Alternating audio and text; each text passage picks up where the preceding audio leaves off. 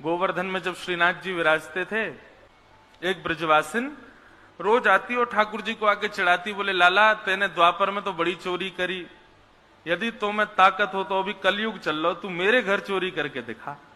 रोज आती, सुंदर सुंदर मक्खन निकाल के लाती और मटकी दूर से ही ठाकुर जी को दिखाती, बोले लाला धौरी गैया के दूध को मैंने मक्खन निकारो, तो मैं हिम्मत हो तो तू मेरे यहां चोरी करके दिखा। मंदिर में जाके ठाकुर जी से कहती और फिर दूसरे दिन कहती, कल पूरी बेर प्रतीक्षा करती रही, आयो नहीं, मुझे तो लगे लाला तुम्हें अब वो बात बनी ना है, अब तो द्वापर में ही कर लियो तेने, या कलिकाल में चोरी ना कर पावेगो। अच्छा तू को कहीं और लग रही हो कि तू को मेरो घर ना है पतो, तो गोपी अपनो घर बता गई, बोले ऐसे ऐसे घूम के जाइयो मेरो घर आ जाएगो। लाला आज और देखूंगी, यदि तो मैं ताकत हो तो मेरे घर चोरी करके दिखा। ठाकुर जी को रोज कह जाती। कुम्मन दास जी कीर्तन की सेवा करने के लिए आते थे, तो कुम्मन दास जी दूर खड़े खड़े ठाकुर जी को श्रृंगार देख रहे। श्रृंगार देखते हुए कुम्मन दास जी ने अनुभव किया कि ठाकुर जी ने यहाँ पर पाग पहनी है, पाग में एक लटकन लटकी है मोतीन की, और वो मोतीन की लटकन बार बार जाके गाल को स्पर्श कर रही है, बार बार गाल पे छू रही है।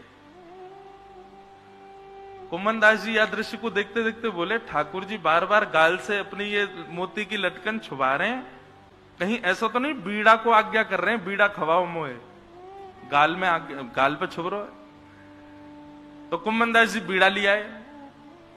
ठाकुर जी बोले, अरे दारी के समझे ना है तू, बीड़ा ना चाहिए मोकू, तो बोले मक्खन खावे की इच्छा है रही है मेरी। कुम्मन दास जी बोले, अरे 56 भोग लगे ठाकुर जी आपको यहाँ पे, दूध दही घी मक्खन कोई की कमी थोड़ी है, लेकिन आज आपके संकेत से मुंह को लग रहा हो कुछ और आज्ञा करना चाह रहे हो आप।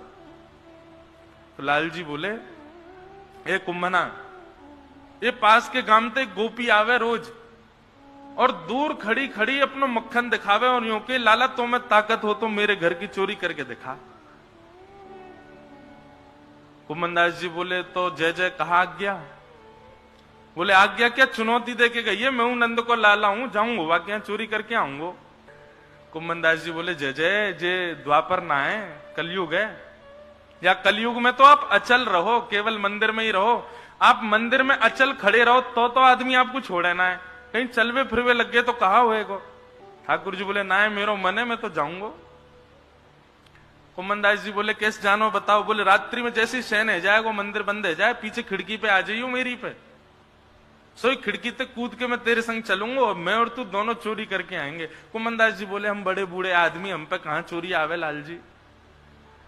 बोले तू खड़ो रहियो, बस फुर्ती रखियो, बाकी सब मैं कर लूंगा, बस या को ध्यान रखियो, फुर्ती रखियो। कुम्भनदास जी बोले, जो आ गया। रात्रि का समय, शयन हो गए मंदिर के। ठाकुर जी तुरंत खिड़की से उतर करके पीछे गए, कुम्भनदास जी खड़े थे, कुम्भनदास जी के कंधा पे अपने पाम दोनों लटका लिए, सिर पे हाथ रख के, और ठाकुर जी मार्ग बता रहे हैं, अब यहां ते दाएं मुड़ जा, अब यहां ते बाएं मुड़ जा, सीधो चलो चल। कुम्भनदास जी बोले, तुम कब डोले आए, तुम्हें किस बतो कहां है घरवा को? ठाकुर जी बोले, बहू बता के गई है मुझे कि मेरा घर कहां है। जैसे ही पहुंचे, घर में सब सोए हैं। ठाकुर जी ने चुपचाप देखी, बोले देख वो रो छीका पे एक मक्खन, वो रखी है मटकी, वहीं चल। इसी कलिकाल में श्री कुम्भनदास जी को तो बार बार रोंगटे खड़े हो रहे हैं। जा लीला को हमेशा हमने श्रवण कियो, चिंतन कियो, गायन कियो, वो लीला आज पहली बार देखने को मिल रही है। और धन्य भाग या सखी के या गोपी के या के घर ठाकुर जी चोरी करवे आए हैं और मुंह को संग लेके आए हैं। ठाकुर जी कुम्भनदास जी की कंधा पे खड़े हो गए, छीका पकड़ करके और मक्खन निकाल करके पान लगे।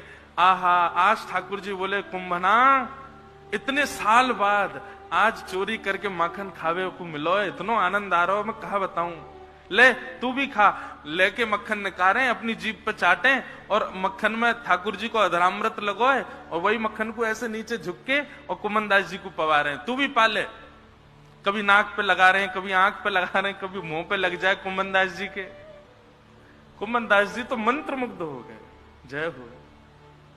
अचानक से कुम्भनदास जी की इच्छा हुई, नहीं कि मैं देखूं तो सही ठाकुर जी चोरी करते कैसे हैं। तो ऐसे चरण पकड़ के खड़े थे, कंधा पे चरण है।